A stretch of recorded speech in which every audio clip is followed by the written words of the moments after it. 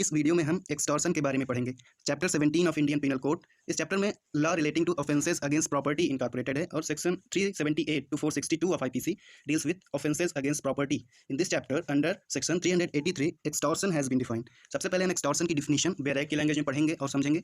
इसके बाद हम इसे सरल भाषा में एग्जांपल्स के थ्रू समझेंगे। चलिए स्टार्ट करते हैं। According to section 383, whoever intentionally puts any person in fear of any injury to that person or to any other and thereby dishonestly induces the person so put in fear to deliver to any person any property or valuable security or anything signed or sealed which may be converted into a valuable security commits extortion।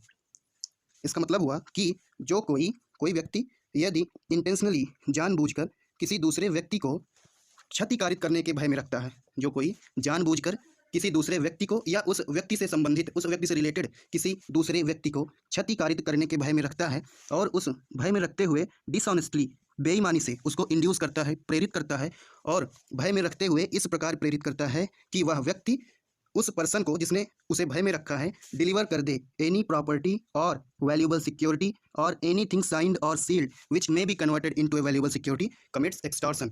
मतलब यदि कोई व्यक्ति जानबूझकर किसी दूसरे व्यक्ति को या उस दूसरे व्यक्ति से संबंधित किसी व्यक्ति को क्षतिकारित करने के भय में रखता है और उस भय में रखते हुए बेईमानी से उसे प्रेरित करता है और वह दूसरा व्यक्ति उस भय के कारण उस पर्सन को जिसने उसे भय दिखाया है डिलीवर कर देता है कोई प्रॉपर्टी या वैल्यूएबल सिक्योरिटी या एनीथिंग साइंड और सील्ड जिसे वैल्यूएबल सिक्योरिटी में कन्वर्ट किया जा सकता है, तो कहा जाएगा कि उस व्यक्ति ने एक्सटॉर्शन किया।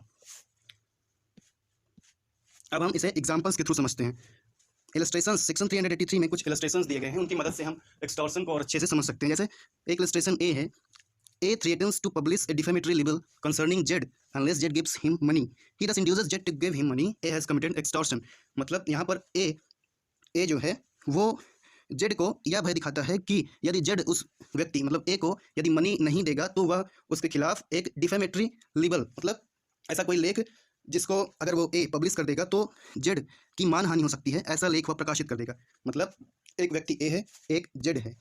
ए जो है वो जेड को डराता है कि यदि तुम मुझे मनी नहीं दोगे तो मैं ये डिफेमेटरी लेबल या अपमानजनक लेख मैं प्रकाशित कर दूंगा। इस तरीके से ए जेड को इंड्यूस कर रहा है कि वह जेड ए को मनी दे दे, तो यही तो एक्सटॉर्शन है। Here A has committed extortion. दूसरा एग्जांपल देखते हैं, दूसरा illustration B. A threatens Z that he will keep जेड्स child in wrongful confinement unless Z will sign and deliver to A promissory note। A promissory note मतलब यहाँ पर ए जो है वो जेड को डरा रहा है कि वह जेड के चाइल्ड को रॉन्गफुली कन्फाइन कर लेगा यदि जेड एक प्रॉमिसरी नोट साइन और डिलीवर करे। यदि उसे एक प्रॉमिसरी नोट साइन करके डिलीवर नहीं किया तो वह जेड के चाइल्ड को रॉन्गफुली कन्फाइन कर लेगा। इस तरीके से वो जेड को बाउंड करता है टू पे सर्टेन मनी टू ए। अब यदि जेड साइन और डिलीवर कर दे उस प्रॉमिसरी नोट को तो कहा जाएगा कि ए ने एक्सटॉर्शन किया। क्यों? क्योंकि ए ने जेड के चाइल्ड को रॉन्गफुल कन्फाइनमेंट का भय दिखा करके जेड से वह प्रॉमिसरी नोट जबरदस्ती साइन करवाया है, तो यहाँ कहा जाएगा कि ए ने एक्सटॉर्शन कमिट किया। अब हम अगले एग्जांपल को देखते हैं। A by putting Z in fear of grievous hurt dishonestly induces Z to sign or affix his seal to a blank paper and deliver it to Z, signs and delivers the paper to A. Hereas the paper so signed may be converted into a valuable security. A has committed extortion। मतलब हुआ A ने Z को भय में grievous hurt कारित करने के भय में रखते हुए बेईमानी से Z को प्रेरित किया कि वह अपना सिग्नेचर या अपना मुहर एक ब्लैंक पेपर पर लगा दे और इस पेपर को Z को दे दे साइन और सील अफिक्स करके, जिससे जेड इस पेपर को एक वैल्यूएबल सिक्योरिटी के रूप में अपने पास सुरक्षित रख सके।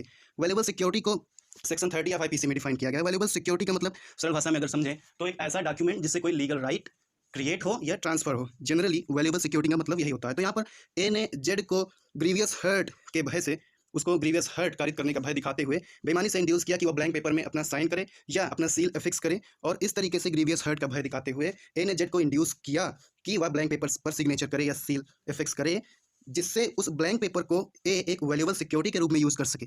तो यहाँ पर ए ने जबरन वसूली की और in legal language A has committed extortion. तो अब हम एक्सटॉर्शन को समझ चुके हैं, बेरैक की लैंग्वेज में भी और सरल भाषा में भी हम समझ चुके हैं। अब हम बात करते हैं punishment for extortion. Section 384 of IPC deals with punishment for extortion. According to the section, whoever commits extortion shall be punished with imprisonment of either description for a term which may extend to 3 years or with fine or with both। Section 384 के according जो कोई भी extortion करता है वह दंडनीय होगा with imprisonment of either description, मतलब दोनों में से किसी भी भांति के कारावास से, चाहे वो रिगरस इम्प्रिजनमेंट हो या सिंपल इम्प्रिजनमेंट हो, फॉर ए टर्म, इतने टर्म के लिए जो कि एक्सटेंड किया जा सकता है 3 साल तक, या फाइन से, या फाइन और इम्प्रिजनमेंट दोनों से। मतलब जो कोई भी एक्सटॉर्शन कमिट करेगा उसे या तो कारावास से दंडित किया जाएगा, जो कि 3 साल तक बढ़ाया जा सकता है, या जुर्माने से, या कारावास और जुर्माना दोनों से दंडित किया जाएगा। तो इस तरीके से हमने इस वीडियो में एक्सटॉर्शन की डिफिनीशन और वह व्यक्ति जो एक्सटॉर्शन करता है, एक्सटॉर्शन का ऑफेंस कमिट करता है, उसे क्या पनिशमेंट मिलनी चाहिए, हमने कवर कर लिया। अगर आपको कोई डाउट हो तो आप कमेंट बॉक्स में क्लियर कर सकते हैं। Thanks for watching.